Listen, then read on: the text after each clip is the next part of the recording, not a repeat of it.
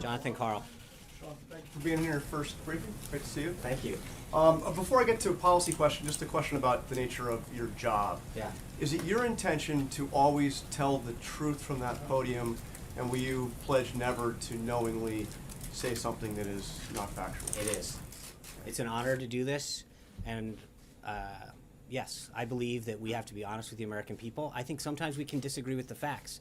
There are certain things that we may not fully understand when we come out, but our intention is never to lie to you, Jonathan.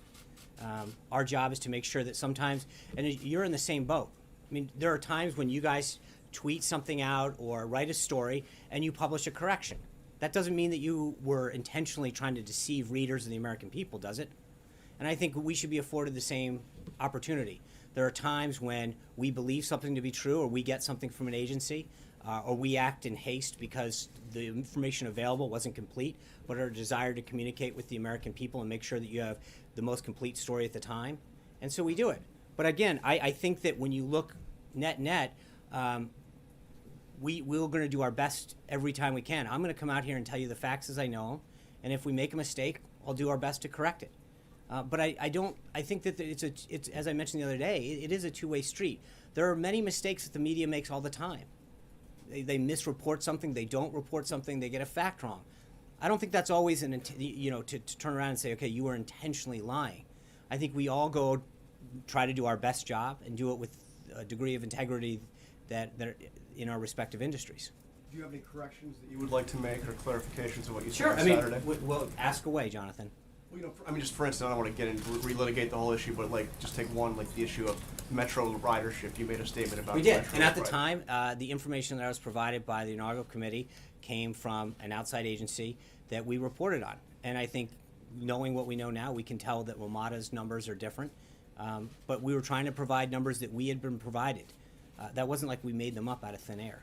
And do you stand by your statement that was the most watched inaugural address in history? Sure, it was the most watched inaugural. When you look at just the one network alone got 16.9 million people online. Another couple of the networks, there were tens of million people that watched that online. Never mind the audience that was here. 31 million people watched it on television. Combine that with the tens of millions of people that watched it online on a device. It's unquestionable. I don't see any numbers that dispute that. When you add up attendance, viewership, total audience in terms of tablets, phones, on television, I'd love to see any information that proves that otherwise. And then one other. Do you dispute that? Well, I don't want to get into numbers. I do.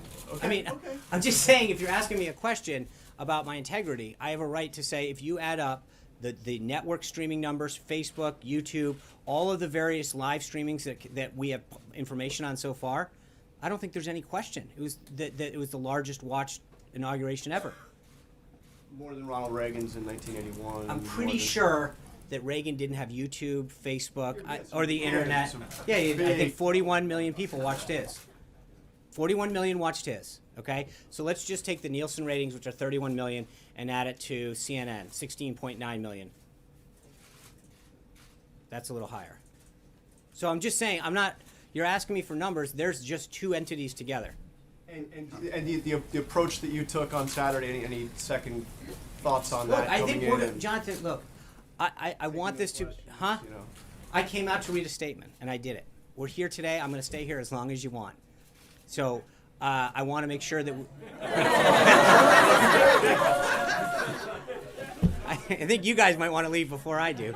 But look, I want to make sure that we have a healthy relationship. We saw the other day that, and I'm not trying to rehash history, but you're asking the question, so I'm going to answer it. We had a tweet go out about Martin Luther King. Think about how racially charged that is. And someone rushes out and says to the entire press corps that the President of the United States has removed the bust from his office. Think about what the signal. Hold on, please. And apologize. No, he actually apprised to, quote, my colleagues. That's the exact quote. Okay? That quote, that report got tweeted out around. And to report, where was the apology to the President of the United States? Where was the apology to millions of people who read that and thought how racially insensitive that was? Where was that apology? You accepted his apology, though, Sean. Okay, I'm asking, where was that apology? And so I'm just saying that when things like that happen, when John Lewis says that he's never missed an inauguration, and we find out actually he skipped George W. Bush's, that there are points at which we have a right to make sure that we correct the record. I mean, you're talking about integrity, and you're talking about telling the truth and facts.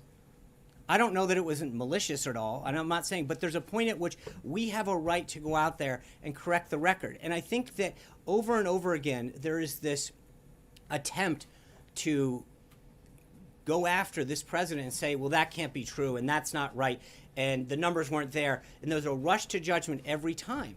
And it's a two-way street. We want to have a healthy and open dialogue with the press corps and with the American people about what he's doing to help this country and to unite it. But at a time when he's trying to unite this, and he keeps talking about uniting this nation, bringing people together, and then a tweet goes out in a pool report to, a few thousand people, saying that he removed the bust of Martin Luther King, how do you think that goes over?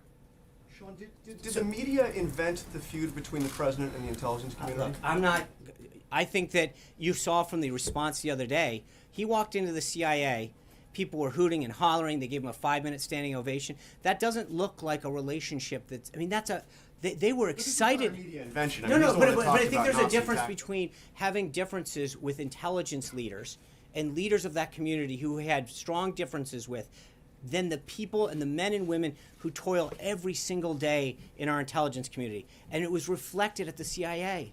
I mean, they came there, they were so excited. There was 1,000 people that applied for 300 plus seats. We ended up taking in 400 people. That doesn't sound like a huge feud. They were excited, they were clapping, they were cheering when he walked in. And to see reports that made it sound like there was some, fence mending that had need to happen, that sure didn't look that way when you walked in. I'm going to move on.